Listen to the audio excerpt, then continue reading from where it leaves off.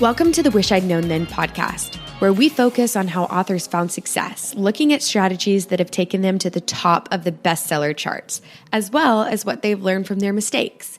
Because being an indie author is more than knowing the latest marketing trend. It's about being innovative and creative and learning from your mistakes. Welcome to the Wish I'd Known Then podcast. I'm Sara Rosette. And I'm Jami Albright. And this week on the show we have Alexa Larberg and Adriel Wiggins. Yep. And we're talking about how we produce the podcast and for our 100th episode. Yes. So we're super excited. We cannot believe we've gotten to 100 episodes. We are like, I can't believe it. I just can't believe it. I'm so excited. And we wanted to bring you guys kind of the team that brings you Wish I'd Known Then for Writers podcast, to let you know kind of what we do behind the scenes and how things work, but also to encourage you, if you've got a podcast idea, that you can do it too. And we give you a lot of tips and tricks that we've used, and our editor and our scheduler and both say what they wish that we had known, Sara and I, about podcasting in the beginning. So it was really great. Yeah, it was good to talk to them. It was a lot of fun. And so it is a little behind the scenes look at how we do it. And there are a lot of steps involved, but it's not as intimidating. It doesn't have to be as intimidating as I thought it would be. Like when it started. Right. It's well, we both did. bad. Yeah. Yeah. Mm-hmm. Yeah. So we'll have all the links and everything in the show notes about all the software and stuff we talk about. But so that was good. What's been going on with you this week? Oh, honey, I've been keeping my 5 grandchildren. The other grandmother and I kept our 5 grandchildren from Friday to Wednesday of this past week. And they're Alexa's children who's on the podcast. They are delightful. They are so fun and funny, but there's 5 of them, 8, 3, 3, 2, and 1. And Leslie, the other grandmother, and I are we are old. And so it was, or at least we felt old. It's just a lot. I mean, it's just a lot. And I don't know how Alexa does it. And she and Dylan work really great together. So that's awesome. But so I have no brain cells left for anything other than that. So that's my week. Yeah. How about you? Well, that's cool. I'm glad you got to do that. I am too. I'm super, as I've talked about before, I'm super grateful I can do that. I still made money this week. I still, I was making money, and I was, my books were still selling, and, that's the great thing about this job. And so I am very grateful. Well, I was going to say, it doesn't matter how delightful kids are. They are still a lot of work. So yes, you're tired and you're recovering. I feel like the fact that we kept them alive for 6 days was, that's a win. That's a win. Right? Exactly. Oh my gosh. Yeah.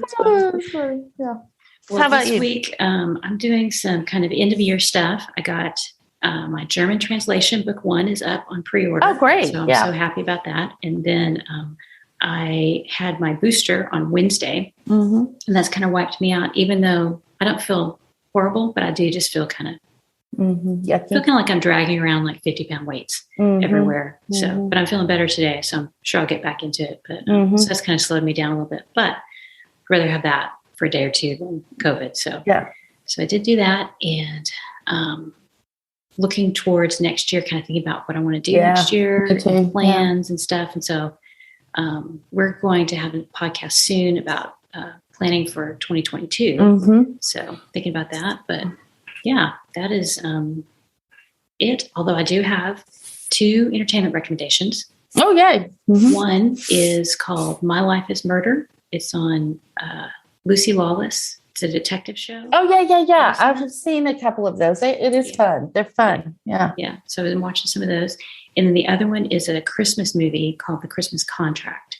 Okay. I watched it last year, I think. But it's out again, and it's really good. It's very fun. It's I think it's actually maybe Lifetime, but it's on Amazon Prime if you want to look. Oh, that's fun. That's fun. Yeah, I haven't watched any Christmas movies. I don't know. I'm worried that I have gone too far down the true crime hole, and I can't get myself out of it. So, oh no. So I'm still slaying that way, not slaying the other way. I will say that I have started listening to the new Diana Gabaldon book, the next book in the Outlander series, which is called, I have to look at it because I can't ever remember the name of it. Go Tell the Bees. I think it's Go Tell the Bees, Then I'm Gone is the name of the book. And it was out a couple of weeks before I jumped on it because I had to emotionally prepare myself because Diana is not precious with her characters and she will kill them off. Is it kind of a Game of Thrones type thing where you just don't know who's going to survive? Yeah. Like at the end of the last book, she killed somebody off and I was like, you have destroyed me. But it's also, her writing is so beautiful and it's so great. And, you just get caught up in the story. And so far, I mean, I think it's a 56-hour book or something like that. Wow. And I'm only 10 hours into it. So, but it's been great. And I just kind of love going back to that place, even though it is emotionally taxing at times. Yeah. So anyway, that's what's been going on with me, but we should get on with the podcast because it's really good. And I think you guys really think it'll be interesting. Even if you're not thinking about doing a podcast, I think it'll be interesting and it's funny. And my daughter is funny. And so, yeah. So this is the behind the scenes 100 episode. Right. Well, today we have a very special episode. It's 100 episodes and we're talking with the people who help us do the podcast. So welcome to Alexa Larberg and Adriel Wiggins. Hi, y'all. Hey. Hi. Hello. We're so glad you're here. Happy to be here. I feel like I'm always here, but I'm not. I'm just listening. Exactly. So, Alexa, why don't you start us off and just tell us a little bit about yourself? I am Alexa Larberg. Jami Albright is my mom. And I have 5 kids. I live in Dallas, Texas, married to my husband. Our life is a living, breathing circus, but it's also good. Mm-hmm. So I started editing and producing podcasts kind of out of necessity. I needed something to do that would allow me to use my brain a little bit, but also be flexible that I could kind of do it in the fringe hours, really early in the morning or late at night or in the middle of a nap time. So kind of taught myself to do that. I have worked for a few authors, but here we are with At the Wish I'd Known Them podcast. And this one's definitely my favorite. Mm. Thanks. You're not biased at all, are you? 0%. No one is paying me to say that. So Adriel, tell us a little bit about you. Well, I am an author assistant and I do coaching and provide a number of services for new authors. And then I take all the really mundane, boring tasks off of experienced authors' plates. I am also working on a nonfiction book right now, which we mentioned in an earlier podcast ago back in, was that April, I think. And yeah, so basically I just love reading books and I get to do it for free because I also, schedule podcasts and Zoom links and stuff like that. So we are glad that you helped us out because we certainly need the help. Yeah. And that's kind of what this podcast is about because if Jami and I tried to do it all, we would probably not be able to do the writing and the marketing stuff that we do. So right. Yeah, you guys help us out a lot. And, I get a lot of questions from people about starting podcasts and what do you need and everything. And, Sara and I, admittedly, this is kind of patched together. I mean, Sara does have a microphone that she uses sometimes. I just use my Apple mic because I talk with my hands and the other mic I hit it when I talk. So it doesn't work very well. But more than that, I mean, we just couldn't do this without Alexa and Adriel, or someone like Alexa and Adriel, because they like just what Adriel does about scheduling and reaching out to the people, or setting things up. That's huge. That just takes so much off our plate. And then, of course, the editing. We would That's not. That's a skill that I did not really want to learn. So I was so happy me that either. We had somebody do that for us. us. Me too. So we're I very. thought we would just kind of talk through what the different things that we do, kind of the workflow, and that way, if someone is interested, they can kind of see what they need to do. And then we're going to talk too a little bit about working in teams, because I have a feeling that you guys have good tips, because you do a lot with teams. And as authors, a lot of times we're very solo, and so we're not used to working in teams anymore. Some of us, it's a learning curve on some of that. So anyway, so let's talk about, Jami, why don't you start us off and talk about how we invite people, how all that works. Okay. Sara and I kind of came up with a list of people we knew we wanted on the podcast when we first started. So we just reach out. We just send an email. Hey, would you like to be or a message if we know them, would you like to be on the podcast? And if they say yes, then we get their email and we send it to Adriel, and Adriel sends them in the calendar link and everything.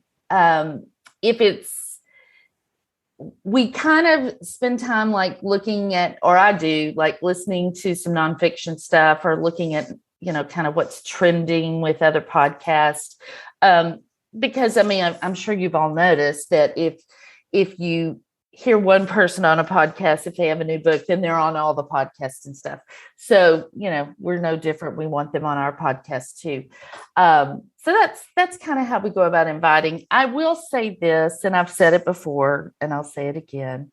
If you are trying to get on a podcast, the best thing you can do is be a listener of at least a few of the episodes of that podcast, and know what the format is and know what they talk about before you pitch yourself. And then when you pitch yourself to them, to say, something about the podcast that you like, not to stroke egos, but just so we know that you're a good fit for us and that we're all on the same page. We get a lot of emails, pitching people for the podcast that clearly have never listened to the podcast. And it's a little insulting. And sometimes I take it personally, which is silly. I shouldn't take it personally, but I do. But more than that, and they're usually from PR people. So if you're hiring a PR person and they're pitching you to podcast, make sure they're listening to the podcast that they're pitching you to, or at least know what it's about. So I have something to add there. Yes. A lot of people know I also work for Andrea Pearson, who is one of the hosts of Six Figure Authors. Right. Before she became a co-host of Six Figure Authors, so we're talking 2-3 years ago, she was going to have a new podcast. She was going to have a new podcast, and it was going to be about the craft of writing, but also she was going to release some courses for authors. And so as part of that release, she had me research podcasts, and I researched over 100 podcasts for authors. And I went through and weeded out all the ones that were not relevant to what we were working on, which was releasing the courses. Right. And then I gave her a list of 20. And so then she listened to those 20, several episodes of all of them. And then she wrote the pitches. I didn't write the pitches at all. I only did all the research and narrowed it down for her. So if you do have an assistant or a PR person, that's something they can do. They can get you the best options, and then you do the pitching. Yeah. Because it was important. Yeah. Andrea connected with all of them, which is why she's with Lindsay and Joe now, is because when she went on the science fiction and fantasy podcast, which is what they were doing at the time, they had so much fun, they invited her to start Six Figures. So right. Yeah. No, I 100% agree. Yeah, we get a whole lot of irrelevant stuff that just doesn't match. And used to I would be nice and reply, and now I just delete, because it's not worth my time. If they're not going to research it, then that's what happens. And not to sound like we're too big for our britches, because we're not. It's just we're busy too, and returning all those emails. I mean, that's time away from other things that we can do. So yeah. last thing on that front, from like an editor's ear and naturally from the listener's ear, you can tell when someone doesn't know what they're talking about on a podcast and are just trying to like fit in. And frankly, that's not good for your brand either, to like show up on a podcast and sound like you don't really know what's going on, or you're talking about something that isn't really answering the question. Like, that isn't good for you. So at the end of the day, like you're not doing yourself a service, you're doing yourself a disservice by not preparing on the front end. Yeah, absolutely. Absolutely. Well, one tool that we use to keep it all pretty simple is we use Calendly. It's Calendly. And so we use that to schedule. And if that way we don't have to have all these emails going back and forth, like, okay, I can do Tuesday at 10, but not Friday at noon. And, so it just, the times are open. People can go in there and schedule what they need. And if there's not a time that's open, we certainly work with people. But that kind of reduces the amount of emails just for the setting up. So that keeps that simple. And that's a free tool. You can pay extra for all the bells and whistles, but it works out really well. So we use that. And then once somebody's scheduled, then Adriel takes over. So you want to tell us about how you kind of prep for the guest? Well, as with everything else that's successful in my VA business, I have a checklist. I have a great document that goes step by step through everything I need, and it has all the links built in. So I open that document on my desktop, and then as I click links, it takes me to whatever page or online document I need. So there you go. There's your big tip for working with VAs is have a workflow document. But I send them once they have scheduled, then I opened up Calendly and I also open up Zoom and I schedule the right time for Zoom. And then I go in and I put them on our spreadsheet that tracks where every guest is in the process, from we've invited them all the way to I've sent them the link for their episode. And I add them in there, or I make sure they're already in there, but I add the date that I make the Zoom link. And then I have several different documents, which I know in the podcast has standard questions for most experienced authors. And then we have standard questions for professional people, like people who run Book Funnel when we had Damon on it, or Ricardo from Readsy. Like, they got the same set of questions, which is different than the author questions. And then we also have, because we've started the new author series, we also have a set of questions for them. So I send them an email that has their list of questions and also their Zoom link. Used to, I would send them right away. Now I schedule them, except for one person last week. I'm really sorry I sent this to you 2 months ahead of time, but now I schedule the emails so they get to them the week beforehand. That way they get the information like right before they're going, not right before, but a week before they're going to record. And that way they have time to prepare answers to the questions, but it's also not 3 months out, because we were finding people hadn't really, they didn't know. They didn't know where they went. Right. It was somewhere in there. It might have had the subject line, which I'd known in podcast. Tip, it always has the subject line I'd known in podcast.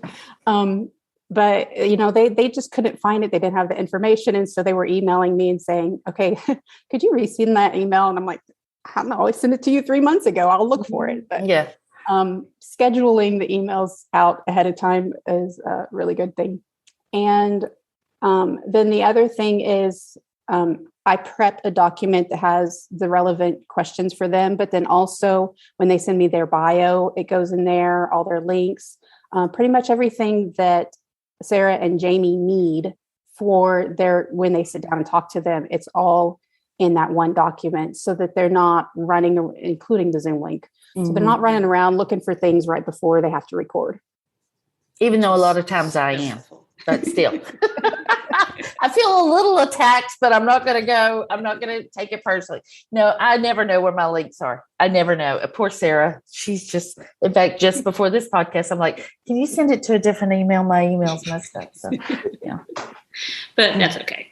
That's why we work well together. So. Yes. But yeah, so Adriel does a lot of that just takes a lot of the detail work away. And yes. she has such a good system that it's really helpful. And we just we know that's being taken care of in the background, which is awesome. And I think scheduling the emails to go out right before, about a week before, is excellent. That's a good change we made recently. So. Yes. Well, I think because of the way that Adriel does it, it takes away a lot of the friction, because sometimes people who aren't normal, regular podcast guests, they maybe are reluctant because they're just it seems a little overwhelming. But if we take away some of the friction by saying, here's this, now you're ready to go, they're more inclined to come on. They're also more relaxed when they come on sometimes. And, then we do what we can to relax, make them feel welcome and stuff. Yep. So speaking of that, you talk about how we record. Okay. So I've already talked about my very unprofessional, setup. And I'm only telling you this because I think a lot of people, us included, felt like we needed all the bells and whistle before we could start a podcast. And you just don't. You need a good editor, which we have. You need relatively good sound, probably better than we have sometime. And in the beginning, it was rough. But so I, like I said, use my Apple headphones. Sarah sometimes uses her, and Mike, and Sara sometimes uses a different mic. I have, for a while, I used one of those trifold, science project things to help with sound, help absorb the sound. But I bought something off Amazon that's has some soundproofing on it that goes kind of around my computer, that has helped. We use Zoom, which helps because we can record in Zoom. Zoom's customer service has been really great. We've had a couple of issues, and Sarah's been able to talk to them. And they weren't little issues. They were kind of we've completely lost an interview. Yeah. Totally. And they really worked with us to find that and help us get it back. And so they have been great. And I don't foresee us using anything else right now other than Zoom because it's been so good for us. Anything else? Did I miss anything? I don't think so. We just, I think we tried to make it more elaborate when we started. We did. It's one of those things that we wish we had known. Yeah. But and I don't want it to, because we also delayed starting, thinking that it was going to be this gigantic production, and it didn't have to be. It just didn't have to be for us to get good information out to people. And so I don't want it to discourage people from trying, because really you just need a computer and your headphones and a relatively quiet room that has some sound absorption. And a bedroom works really well because there's lots of, soft bedding and soft furnishings and stuff in there. So just don't let it stop you. Yeah.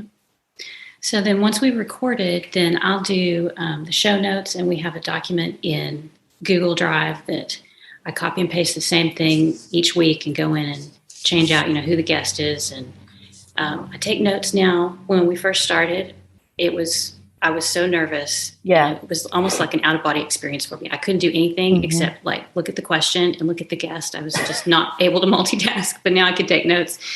And so then I'll just take those and I'll do up a list of bullet-pointed show notes. And then once that's in there, if I wait, it's harder for me to go back and remember the details. So I try and do that right when we get finished. And then once that's in there, then we record the intro. Sometimes we record the intro immediately after the episode. Sometimes we record it weeks later, depending on when it's going to air. And then all of that goes in Dropbox. And then we hand all that off to Alexa. So talk to us about the editing and production. Okay, so following the recording of both the interview and the intro, I intercept the documents, like Sara said, out of Dropbox. They're not documents, they're audio files. And I convert them to a more That's my dog. That makes me an official podcast guest because there's always a dog. A dog feature in these episodes. Or child to be on this podcast. Yeah. Weird. I don't know. He never makes noise, but here we are. So I convert the files to a more editable format. It's an AIF format. And then I put them into my editing software. I use a few different ones. However, I think probably the most accessible one, since we're talking about barrier to entry, most accessible one that everyone would have and be able to use would be GarageBand. So I dropped the file into there. I generally listen all the way through one time without making any edits, just so I can understand the flow of the conversation, because sometimes if you haven't listened all the way through and you start chopping it up, you lose some of the cadence of the conversation, which makes the podcast hard to listen to. So after I've listened through it one time, I've taken some notes okay, there's a long pause here. Someone said something they wanted taken out here. A dog barked here, whatever. I go back and mom cussed here. Right. Sara started praying for her here. Whatever. I go back, I make those cuts, I splice it all together, and then I listen through a whole other time. Some episodes don't have very much editing at all, so it can be a pretty quick process. Some have a lot, just kind of depends. After that, I insert the intro into the beginning of that file. I export it. I then convert it one more time. After I do that, I put it back in GarageBand and I add all the parts and pieces. So the music, we have a standard intro and a standard outro for the podcast. I'm sure if you listen frequently, you know that. I add all of that in, I export that. And then after I do that, I put it into a podcast leveling generator website, something. Software. Thank you. I couldn't think of that word. Yes, I put it into a podcast leveling or an audio leveling software so that we can kind of level out the differences in volume or background noise. Again, this is one of those things that kind of lowers that barrier to entry a little bit. Like they were saying initially, there was this fear that I have to have the best microphone. I have to have sound canceling panels on the side of my wall. I don't have that. I can't have a podcast. But that leveling software really breaks down that wall and makes it accessible because you don't have to have those things. You can level it with the software itself. Following that, I download that leveled file. I put it in the ready for production folder and hand it off to Adriel.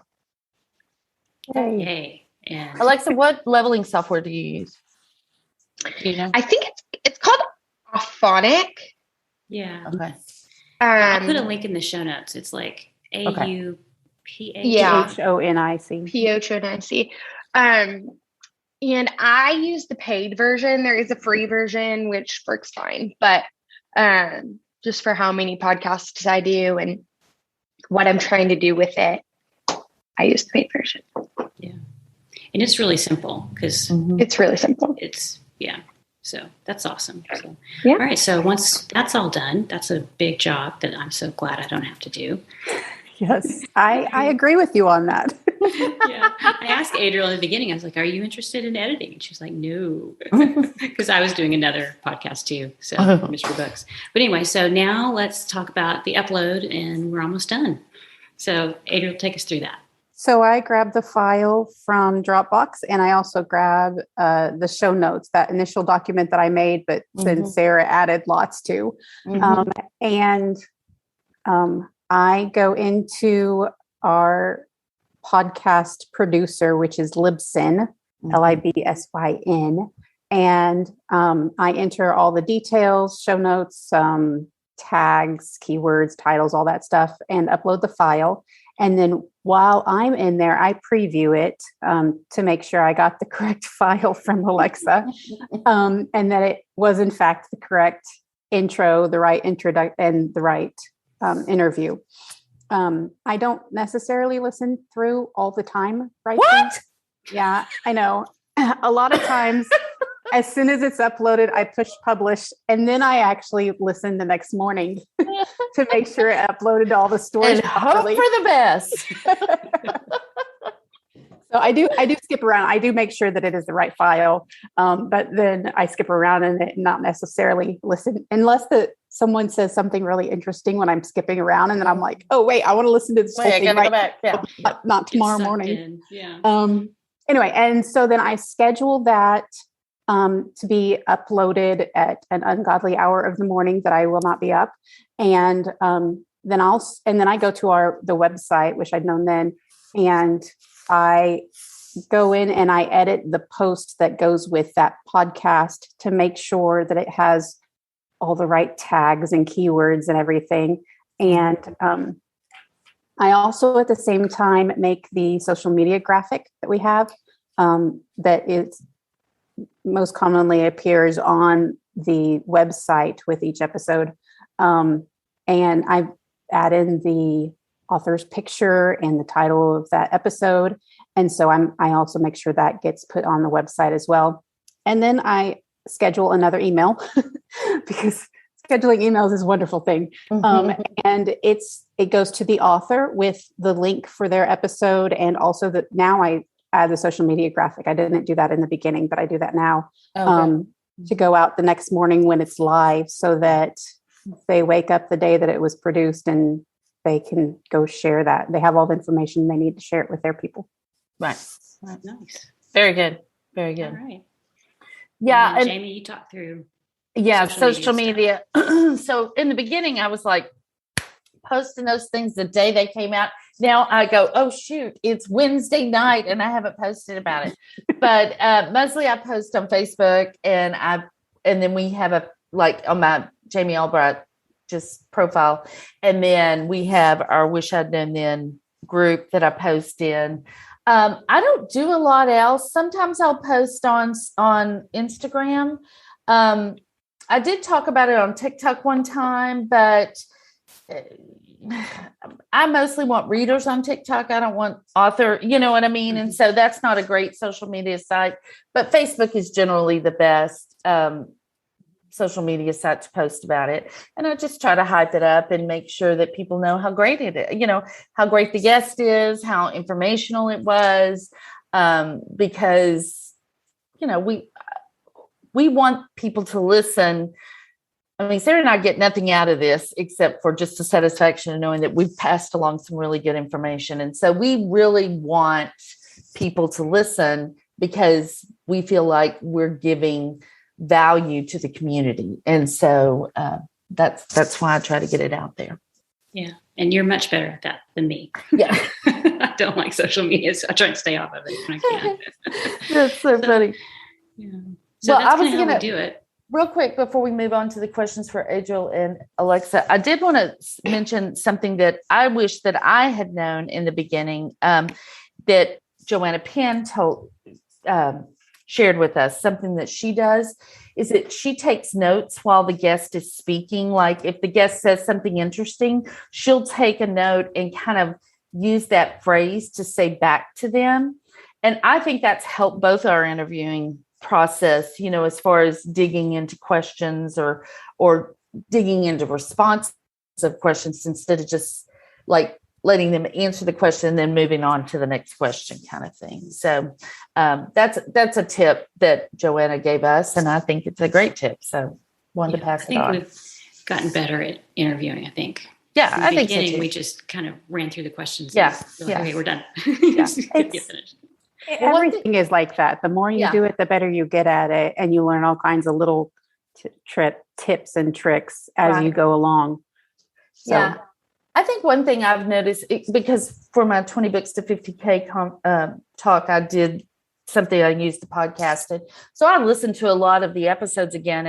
And what I realized was, and I was really proud of this, is that, Sara and I just have people that seem a little uncomfortable in the beginning, because there are people that just are not comfortable talking. Like one-on-one, they're fine. But like when you think about this is going out to a lot of people, but we do have the ability to make people feel comfortable, and the more they talk, the more comfortable they get. And I think I really am proud of that. I think that that's one of the things I'm most proud about this podcast is that we have, I think when people, and I've heard guests say this, that they felt really, at ease when they were talking with us. So that's really good. I mean, we've all heard at least one interview on some podcast somewhere that was just awkward. You could tell the host and the guest were not clicking and they were not having fun and they were just going to get it done.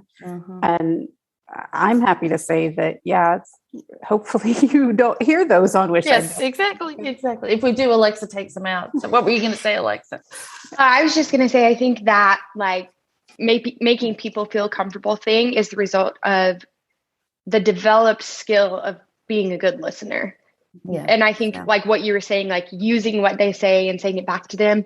I have very separate from what I'm doing as a podcast editor. I went to school for clinical social work. So to like be a therapist, and that clinical skill is called reflection. And like in people's brains that like triggers something. It says like, oh, someone's listening to me and they care what I have to say. So like when you reflect back, it shows like you're listening and paying attention. So people freely offer more information and then you're engaging in an authentic conversation, which is what people come to this podcast for. Yeah. They don't come to like get random facts. They can read a book and do that. They can read any blog because there are 55,000 of them. They come here for the like authentic exchange of information that is mutually beneficial to all parties. So I agree. I think that's a really great part of this podcast. Yeah. And I think it's something that anybody can do. I mean, certainly anybody can do. So, if you're thinking of doing a podcast, then this is something that we would recommend, developing if you feel like that's not something that you're good at right now. Oh, there's my dog. So. Well, since we have Alexa and Adriel here, we wanted to talk to y'all and get some tips on working with a team because y'all are both really organized and you work with a lot of people. So we've already gone through several things you've mentioned, like as we're doing the podcast, practices that you'd use. So do you have any extra tips or anything that you would recommend if somebody wants to work with a team? Alexa, do you want to go first? Sure. Write it down on paper, whatever it is. It doesn't do anything for you in your brain. I don't care how good your memory is, write it down. I keep mine in email, not on paper. Yes. Okay. You wrote it somewhere. It is. Write it somewhere. So I think that's like my number one tip. My other tip would be just like communicate what you need, especially in something that's new. So when this first started, if you listen to the first like 5-10 episodes, you're like, oh my gosh, my ears, this sound is so crazy. There's like a million things going on and like people aren't pausing or people are pausing. There's like all kinds of stuff. But just general communication, like, hey, it's easier for me to edit when you make a mistake and you say like purple, blue buffalo, and you really meant just purple, big buffalo, say purple, blue buffalo. Wait, pause. Purple big buffalo, because then I can splice that together and we don't have this like weird babbling thing that happens. But no one knows that if they haven't ever hosted a podcast before. You have to tell someone that. And as an editor, you could be like, this podcast is way too hard.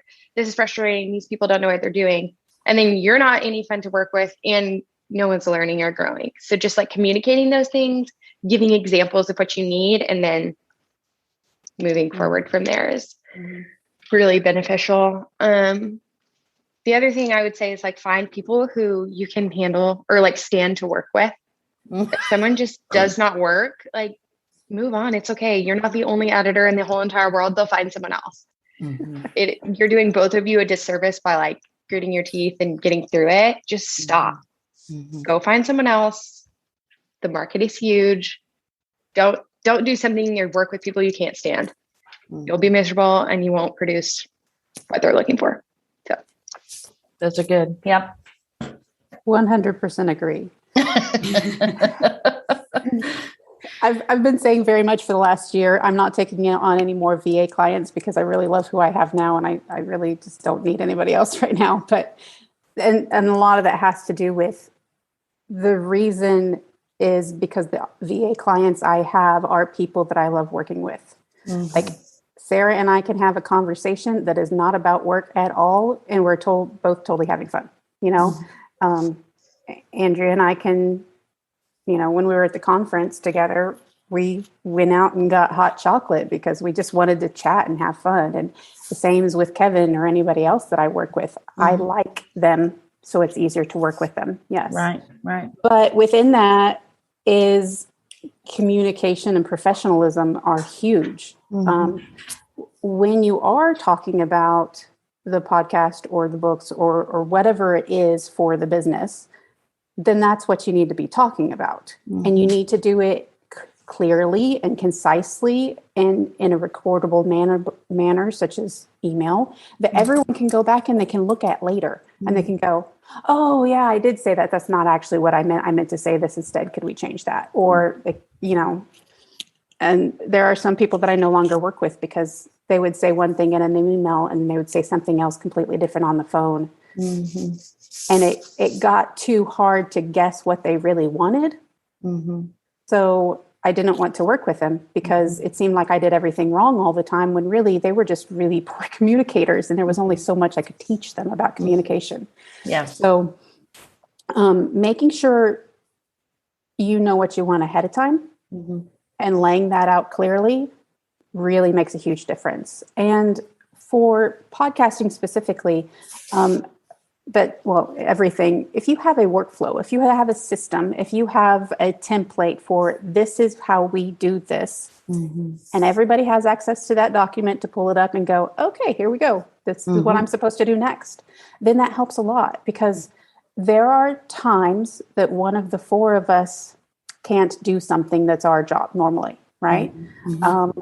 I was sick once, or I think Alexa had sick kids, or Jami went on vacation or something. That was just a poop show that night. I mean, it was just like everyone was where they couldn't be. I mean, something was happening with all four of us. It was just crazy. Yeah, it was a bad night. Okay, so if it's just one of us, because we do this all the time, the podcast still went out. Yes, we did. We got it done, but it was not at 2 a.m. It was at 6 a.m., but it went out.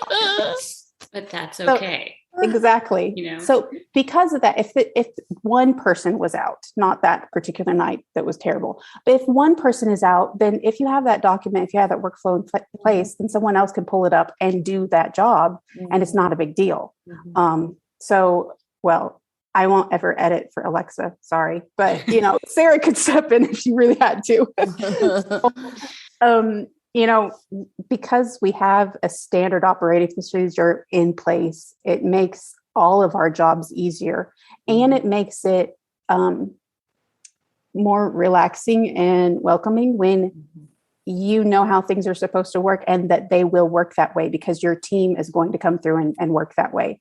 Then you don't have to worry about all kinds of stuff like, the author who changed her mind between the email and the phone call. And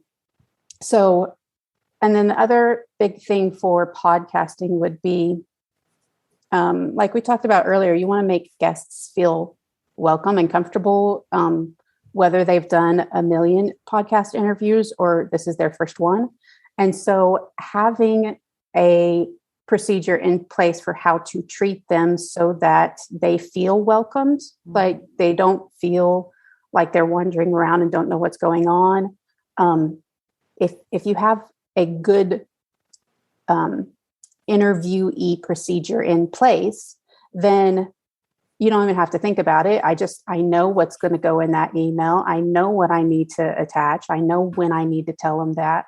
But then on their end, they go, okay, Adriel's got everything organized and Sara has the questions and I know what I'm going to ask.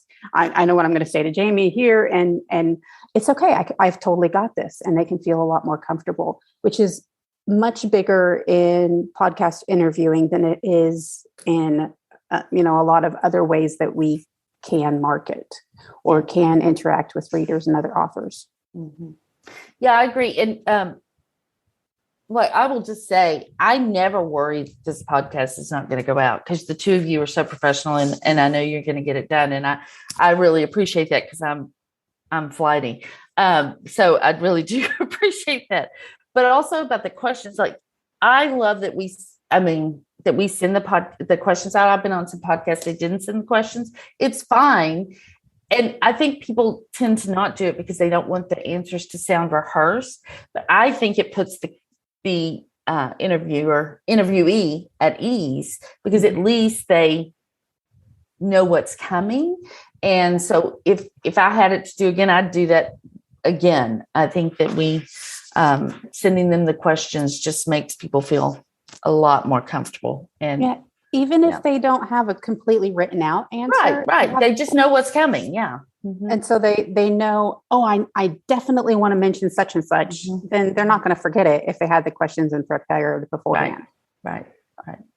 Yeah. And just as a general rule, like, most people don't like the hot seat. We have a unique dichotomy here because Jami could eat that up. Like, she wants to talk. It doesn't really matter who's listening. Whereas Sara is like having diarrhea if you tell her you're going to surprise her with something. So I think that is an asset, that people know what's coming and they're not, again, the hot seat isn't for everyone. Yeah, that's exactly right. I think the questions we ask, sometimes it takes a little reflection to think about some of them, like what was the worst thing or the thing you wish you knew. Sometimes you need a couple of moments to think about that. And if you have that ahead of time, then you don't have a lot of dead air to go in there and edit out. Yeah, because you can tell say, I don't know. You can tell the episodes where either the interviewee did not get or they couldn't find the questions or just didn't really look at them or whatever. There is a lot of dead air, and it's hard. It's hard to keep that moving. So not their fault. Just that's their style, and it's not ours. Yeah. Well, so another question I wanted to ask y'all. I think Jami would agree with me that y'all are way more organized than we are. So you've already talked a little bit about like scheduled emails and things like that. But do y'all have any tips? Like, how do you personally stay organized as you work with people? Adriel, you want to go first? Google Calendar, which is really funny because it totally failed me today. But that's not good. Well, yeah, it's my fault because I didn't do it properly. But as a VA, I work with so many people that, and as a continuity editor and audiobook proofer, I work with even more. So I have to have a calendar that actually works for me. So the good thing about Google is that I can see many, many calendars all at the same time, or I can, close out some of them for a little while and only find the one that I need right now. But that allows me to, my husband and I have the family one. And actually now my daughter has email and has access to it as well. But then I have all the family stuff right next to all the school stuff, right next to all of Sarah's stuff, right next to all of Andrea's stuff, right next to all of whatever it is I'm editing this week. So when I can pull up a day and clearly see everything that needs to be done that day, then that is my to-do list. I don't make to-do lists. I pull up my calendar. But then also the really cool thing about it is I can set things up on recurring events. So every Monday, it tells me to upload the podcast no matter what. So, hey, I might be the end of the day when it finally gets done, but I'm going to get that done every Monday.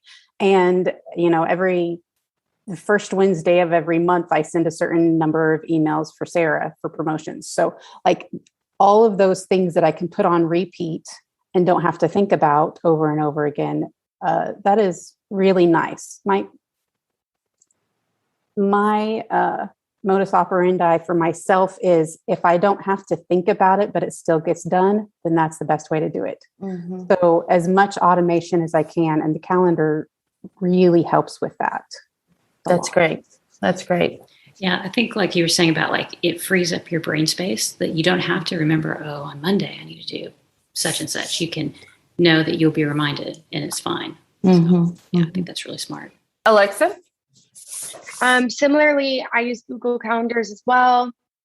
But I also have a paper calendar, like a planner that I write in, and like a big one on my desk.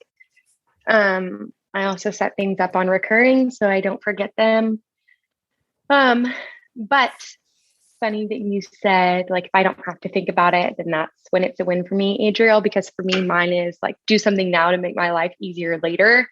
And it's the same premise that, like, if I can write it down now, schedule this now, know this happens every week now, then like on Sunday night, when I get that notification, I'm like, I already knew that was coming. That's not a surprise. I didn't have to think about that all week. Like, it's just always there. Yeah. So like I said, I use digital calendars and then also paper calendars and texting. Yeah. Yeah. We do have a group text. I was going to say, that's one of the things that our team uses. Not every team I'm on uses group texts. And sometimes things can get lost, like way up in the text. But when there is something in the text that I know I'm going to need later, I can copy it and put it in the email and email it to myself. Yeah. But having that group text from moment to moment, make sure that we're all still on the same page. Like, we don't really talk much during the week. We talk Friday to Monday during the time that it got recorded to when it actually gets uploaded. So, you know, and it is good if there's like some problem, and every once in a while we've had Dropbox just like doesn't show the file or something. And that way, if you're on a group text, you more likely will get it. Whereas I don't check my email that often. Yeah. So, I might miss it, but if it's on the group text, I'm going to see it. So, Alexa, you have already talked about the pausing thing. And I think Sara and I drove you crazy with, but like, what are some things you guys wish we had known when we started doing a podcast and we hired you guys? Yeah, definitely the pausing thing. I think this is like a communication style thing more than a podcast thing, but Jami's voice is loud and carries. Sara's voice doesn't carry and isn't loud. So just like recognizing those things and making the necessary adjustments. So like Jami doesn't have to be as close to her microphone, and that's fine. She doesn't have to use a microphone sitting on her desk because she's going to hit it with her hands, and we can all survive without it. Whereas Sara, she has to be mic'd. Like, that mic has to be next to her mouth. That's just what's best for the podcast. So do I wish you had known that? Not really, because there's no way you could have, but that was a valuable learning for us moving forward. Yeah, so definitely that. And then the other thing is, I think at the beginning, you guys weren't as much yourself as you are now. But I think that was to the listener's detriment. Like, had we been just like ourselves and communicated normally from the beginning, I think you would have taken off even more than you did. And I think it took us 15, 20 episodes to like get to a place where everyone was comfortable and Sara wasn't nervous and she could take notes and like all of those things, which I went skiing last week and the instructor was like, the only way you become a good skier is by skiing. And similarly, like the only way you become a good podcaster is by podcasting.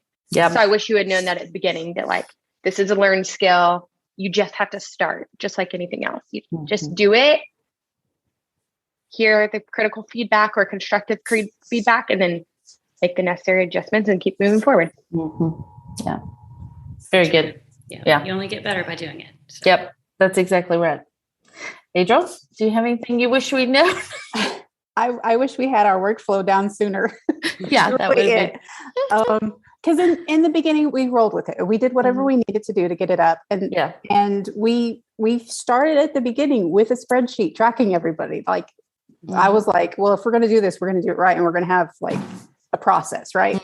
But it took a while to find our process, which, you know, hey, this episode is for you to find your process faster than we did. Yeah, absolutely. Because what we have down now works really well for us. And it all happens, and it happens in an organized manner that we don't have to think about. But it wasn't like that in the beginning. In the beginning, we were fumbling around, but like Alexa said, the more you do it, the more experience you have. And so really just, I wish we'd had our process down sooner. But it's down now, so I'm good. Yeah. Well, and again, back to the whole, it doesn't have to be perfect thing. I mean, the fact is you're going to mess up. You're going to lose you're going to lose the questions. You're going to, as in my case, I'm going to get a text from Sara at 10 after 10 and say, I'm going to get on at 10:15. And I'm thinking, for what? And then I go, oh, shoot, we've got a podcast to interview. And so I jump on. I mean, you get better as you go, like they said. I mean, I'm just repeating what they said, but you can start, even if you're not great at it, you can still start and just get better. But you do need people around you that will be honest and that will give you constructive criticism. And I mean, like Sara and I could have done this without Adriel and Alexa, but I think they've made it better, not just quality of podcasts, but I think they've made it better because they've given us constructive criticism about things that have made it better. And I appreciate that. And I don't know that we would have gotten to 100 episodes without I don't either. Honestly. As part of that, having people that give you constructive feedback, also people that are there cheering you on and praising you is part of it, because we're all here for each other every weekend when the podcast has to go up. Like Alexa and I, as moms, have a lot of things going on with our kids. You two have your kids out of the house, so it's not as big of a deal for you, but we're like, we text each other and we're like, a sick kid, just give me 10 extra minutes. We do that, but we do it with professionally honoring each other and knowing that we're a good team and that we're not going to hate each other at the end of the day because it's 10 minutes late. Like, you guys give us a lot of grace and we can give you a lot of grace in return. That day the episode went out at 6 a.m. instead of 2 p.m. or 2 a.m. That was fine because you all knew Adriel was sick that day and Alexa had a sick. Alexa was on her first date since like in 6 months. She and her husband had gone on a first date. I remember that. And I was like, I hate that I'm having to contact her, but we have to. So, yeah. But I think, sorry. Go on. I was just going to say, but I think the reason we can do that, I think the reason we can have the exchange, like, hey, I have 3 kids throwing up and I'm changing a diaper. I need 15 minutes and then I'll sit down and you'll have it in 20. Like the reason we can do that as a team, not just you and I, Adriel, is because we have given each other that constructive feedback. We have praised each other. We've learned to trust each other. And we haven't learned to trust each other just because we worked together for a year now. We've learned to trust each other because we've had those honest conversations. And so I think the more we can say like, hey, try this, or hey, you did a good job at that. I know that like you're looking out for me and I'm looking out for you. And so when something does come up, it's not a fire. Right. We're all just like, okay, it's going to get done. This is not a crisis because I trust Adriel. She's going to do what she needs to do. She trusts me. When I say I need 20 minutes, she's going to get it in 20 minutes. Like I'm not going to forget and do it 3 days later. She knows. So. And we know y'all are doing that in the background and we can be confident in that. And I love that. Yes. So, I never worry about the podcast going out. And I don't either. It goes out, a couple hours late or even a day or two late. That's not the end of the world. We do want to go out on, the same day as much as we can, but, it's not like the world is going to end if it doesn't go out Tuesday morning at 2 a.m. Which is good because Mystery Books podcast often goes out the day after I was supposed to put it up. See, I didn't even know that. Mystery Books podcast, because we do it seasonally, right? Like you sit down in the summer and you record all the episodes and then I upload them one at a time in the fall. It's completely different than Wish I Know mode. And so a lot of times I forget because I'm like, it's only going to be on my calendar for 2 months, but so I don't need it recurring forever. But that's funny. That's a good point. Is that this is the system we've worked out, but everybody has to have their own system. And some people might rather do it all themselves. They might rather edit it and do all that. I can't imagine that, but more power to you if that's what you want to do. Right. And as I've said before, Sara and I don't get, we make no money off this. Sara has her classes, she has her course and her nonfiction book. I got nothing. But we still pay Adriel and Alexa because it's important for us to know that we're putting out something that you guys can listen to and not pull your hair out over it. I'll pull your hair out over it, and that it sounds good and that it's coming out when it's supposed to come out. That's important to us. So everybody has to decide what is important to them. And also we didn't want to do all that work. So we decided to pay somebody. So true. Yeah, exactly. Well, this has been great. I hope it's helped people. I've enjoyed it. I love that we're all together. And so let's tell everybody where they can find you, the things you do, the services you offer, if you're taking clients, if you're not. Adriel, you want to go first? You can find me at adrielwiggins.com, ADRIELWIGGINS. I'm taking continuity editing and audiobook proofing customers. I am not taking VA clients at this time. Okay. That's all. Okay. Lex? You can find me at alexalarberg@gmail.com, just first and last name. I mean, I'm also on other social media platforms, but you will find nothing about what I do for work on those. It's mostly just my children and other ridiculousness of my life, which you're more than welcome to follow along with. I would entertain the idea of taking on new clients, but it really just has to be something and someone that fits with where I'm at. I could take on editing a new podcast if someone was looking for that. I do some social media stuff for a few other authors and really enjoy that. So if anyone would like to have that conversation, I'm more than willing to entertain that, but it is not a blanket statement at this point if I'm open or closed. Yeah. We just really have to jive. Great. Very good. Very good. Well, thanks for being here. We really appreciate it. Thank you, Alexa, for editing and producing the podcast. Thank you, Adriel, for keeping us all in line. And you can find everything at Wish I'd Known Podcast. Is that right, Sara? You say that. WishI'dKnowThenPodcast.com. Yeah, there it is. Wish I'd Known Them Podcast. And we'll have the show notes and all the links for you guys. And you guys have a great day. Bye. Thank you. Bye. Happy 100th episode. Thank you. Yay. Thanks for listening to the Wish I'd Known Then podcast. We hope this episode inspired you, empowered you, and made you laugh a little bit too. If you loved it, tell your friends about it. And if you feel so inclined, leave us a review. We look forward to being with you again next week.